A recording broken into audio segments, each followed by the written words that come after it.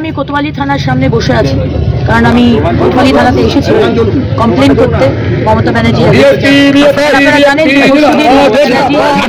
বিহারে মঞ্চে দাঁড়িয়ে তিনি বলেছেন যে এই রামনবমীর মিছিল থেকে নাকি দাঙ্গা ষড়যন্ত্র করা হচ্ছে, আপনারা সতর্ক থাকবেন। উনি মুসলমান ভাই বোনেদের এই কথা বলেছেন এবং আজকে উনি এই কথাগুলো বলে উনি দাঙ্গা ছড়ানোর ষড়যন্ত্র করছেন।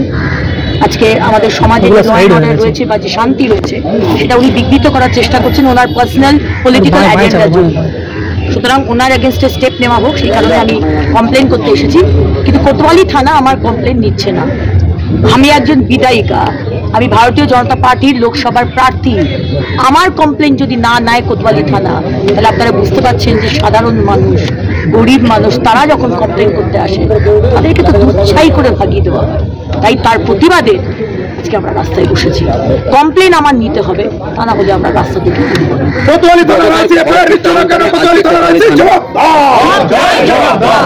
গতকাল খড়গপুর টাউন থানায়, আজকে কোতোয়ালি থানায় মানে বারবার এই পুলিশের ইনঅ্যাক্টিভিটি নিয়ে অভিযোগ আছে। পুলিশ এখানে পুলিশের মতো কাজ করছে না, পুলিশ এখানে টিএমসির ক্যাডারের হয়ে কাজ করছে।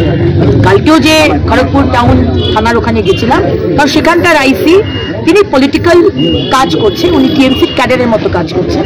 উনি আমাদের আজকে যে আখাড়া বেরোবার কথা, সেই আখাড়াগুলো 24 ঘন্টা আগে নোটিশ দিয়েছে যে আজকে 4টে গাড়ির বেশি নেওয়া যাবে না, ডিজে বানানো যাবে না, লাঠি খেলা যাবে না, বিভিন্ন রকম উনি নিয়ম দিয়ে দিয়েছেন এবং সাপ্রেস করার চেষ্টা করছেন।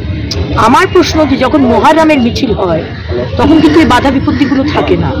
আমি মুহররমের এগেনস্টে নই, কিন্তু আমি ভারতবর্ষে রয়েছি, এটা পশ্চিমবঙ্গ ভারতবর্ষের অন্তর্গত।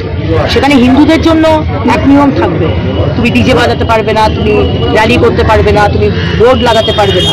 কিন্তু অন্য সম্প্রদায়ের জন্য এই একই নিয়ম খাটবে না, এটা তো চলতে পারে না। সেই কারণে কালকেও আমরা আন্দোলন করেছি, আজকেও অন্যায় হচ্ছে। মুখ্যমন্ত্রী যদি ভেবে থাকেন যে পলিটিক্যাল এজেন্ডার জন্য উনি হিন্দুদের অপমান করবেন, আজকে উনি বলছেন রামনবমীর মিছিল থেকে দাঙ্গা বানানোর ষড়যন্ত্র হচ্ছে, আপনারা পা দেবেন না। রামনবমীর মিছিলে তারা হাঁটে, হিন্দুরা হাঁটে, হিন্দুদের উনি অপমান করছেন। ওনার সাহস হবে? আমি ওনাকে চ্যালেঞ্জ করছি, মমতা বন্দ্যোপাধ্যায়, আপনার যদি বুকের পাটা থাকে, আগামী মুহররমে আপনি হিন্দু ভাই বোনেদের বলুন যে মুসলমান ভাই বোনেরা মুহররমের মিছিল থেকে দাঙ্গা বাঁধাবার চেষ্টা করছে। বলতে পারবেন? সাহস হবে? সাহস হবে না ওনার, কারণ উনি জানেন যে হিন্দুরা অত্যন্ত মানে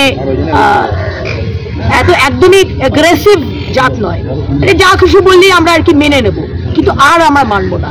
ওনার যেই মানে বিচারিতা, এক সম্প্রদায়কে নিয়ে ভোট ব্যাংকে রাজনীতি করার, হিন্দুদেরকে দাবিয়ে তোলা, ভাসান হবে না দুর্গা পুজোর, সরস্বতী পুজো করতে দেওয়া হবে না, মা দুর্গা মা কালীর হাত কেটে নেওয়া হবে, মাথা কেটে নেওয়া হবে, তাদের কোনো শাস্তি হবে না, আমরা মেনে নেব। আপনি ভুল ভাবছেন, তাই কমপ্লেন করতে এসেছি। এই কথা মুখ্যমন্ত্রী আপনি বলতে পারেন না। আপনি সমাজের যে ল অ্যান্ড অর্ডার, যে শান্তি, আপনি বিঘ্নিত করছেন। আপনার এগেনস্টে কেস হোক, আমি ইসিআইকেও কমপ্লেন করব যাতে তাকে প্রচার থেকে ব্যান করা হোক। এই রকমের নেত্রীকে, যে শান্তিপূর্ণভাবে আমাদের যে শান্তি রয়েছে, যতটুকুনি শান্তি রয়েছে এখন ইলেকশন আগে, এই মহিলা, এই মুখ্যমন্ত্রী, উনি শান্তি বিঘ্নিত করছেন। আমি কমপ্লেন করব। এটা হচ্ছে পশ্চিমবঙ্গের অবস্থা। একটা এফআইআর করতে গেলে আন্দোলন করতে হয়। আজকে যদি একজন বিধায়িকা, একজন ভারতীয় জনতা পার্টির লোকসভার প্রার্থীর সাথে এটা হয়, তাহলে আপনারা বুঝতে পারছেন যে পশ্চিমবঙ্গের গ্রামের গরিব মানুষের সাথে কি হয়। আজকে ডিউটি অফিসার তিনি বলছেন আপনার এফআইআর নেওয়া যাবে না যতক্ষণ না আইসি আসবে। তাহলে ওনাকে বসিয়ে রেখেছেন কেন? মাইনে দিয়ে, আমাদের ট্যাক্সের টাকায় মাইনে পাচ্ছে, কেন বসিয়ে রেখেছেন? আপনারা তো এফআইআর নেন না, আজকে আন্দোলন করে রিসিভ করেছে। আর এর আগামী দিনেও কিভাবে কি করতে হয় সেটাও ভারতীয় জনতা পার্টি জানে, আর অগ্নিমিত্রা পাল জানে। আজকে আইসি বলছেন মিস্টার মহাপাত্র, উনি কোন পুলিশের কোন নিয়ম করেছে জানি না, উনি বলছেন প্লেস অফ অ্যাকারেন্স কোথায় ঘটনার। আমি বললাম কুচবিহার। বললো জানেন না যে পুলিশের আইপিসির নিয়মে নাকি অন্য থানা থেকে করা যায় না। আমি দেখুন সাধারণ মানুষ, নুপুর শর্মার যখন ঘটনা হয়েছিল তখন সারা পশ্চিমবঙ্গে বিভিন্ন থানা থেকে নুপুর শর্মার নামে কেস করা হয়েছিল তো তখন হয়েছিল। কিন্তু এখন মুখ্যমন্ত্রী যদি বলেন হিন্দুরা রামনবমীর মিছিল থেকে দাঙ্গা বাঁধাবার চেষ্টা করছে, তাহলে মুখ্যমন্ত্রীর নামে এফআইআর হবে না কেন? হতেই হবে, আলবাত হবে, তাই হয়েছে। প্রসূন ব্যানার্জি রতিন ব্যানার্জির বিরুদ্ধে একটা কথা বলেছে, হাইকোর্টের নির্দেশ অমান্য করে তারা অস্ত্র মিছিল করছে, কি বলবেন আপনি? দেখুন, আমি তো এইমাত্র এলাম। রামের দেশে যদি মানুষ ভালোবেসে একটু অস্ত্র বার করে, রাম তো শুনেছি রাজপুত ছিলেন, যুদ্ধলোক নিয়ে রামের পরিচয়, তো রামের মতো সাজতে গিয়ে কেউ যদি অস্ত্র নিয়ে এবার অন্যায় নিয়ে হ্যাঁ, এই যে আমরা নেই। আজকের দিন রামের দিন, আজকের দিন প্রার্থনা করার দিন। সবাই সুস্থ থাকুন, ভালো থাকুন, আমাদের মুখ্যমন্ত্রীও ভালো থাকুন। উনি প্রতিদিন রামনবমীর কথা উচ্চারণ করছেন প্রতি সভায়, এটাই তো সবচেয়ে বড় কথা, এটাই তো আনন্দ। আজকে সুস্থ থাকুন এবং উনি চোট মুক্ত থাকুন আগামী দিনে নির্বাচন। আজকে কি ইন্ডিকেশন হবে? কোনো ইন্ডিকেশন নেই। মেরা মন মে রাম, তন মে রাম, রুম রুম কর রাম, সারা দেশে একটাই কথা। প্র্যাকটিস হয়ে যাচ্ছে তো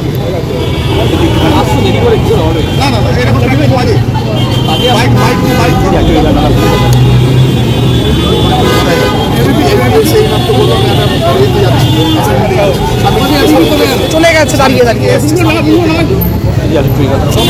লেন্সের ক্যামেরায় চলে গেছে। পশ্চিমবঙ্গ সরকার ছুটি দিল, এটা কি রাজনীতি?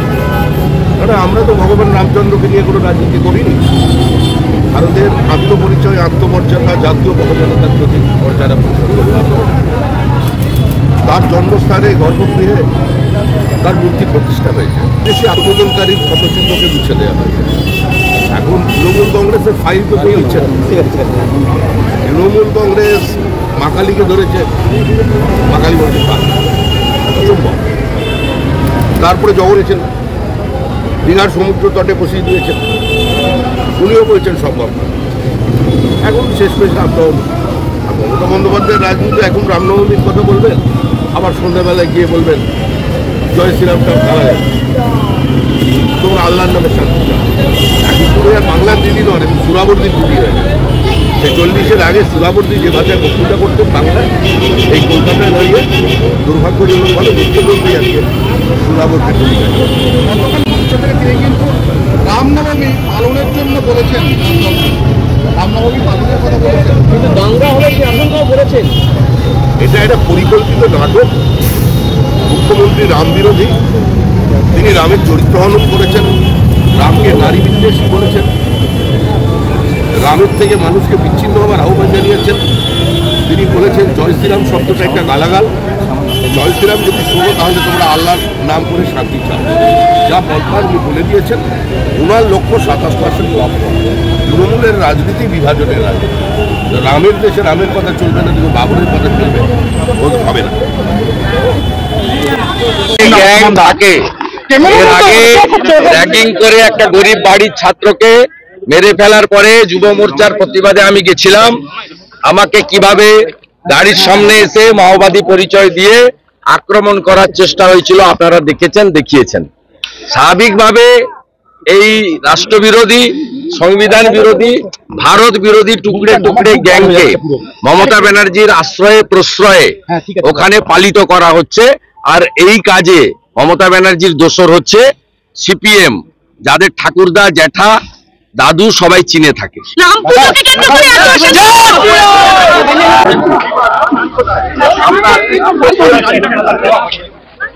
যাদবপুরে রামনবমীর অনুমতি পায়, প্রত্যাহার করলে কর্তৃপক্ষ কি বলবেন? যাদবপুর বিশ্ববিদ্যালয়ে রামনবমীর অনুষ্ঠানে প্রত্যাহার করে মমতার সিপিএমের জোট।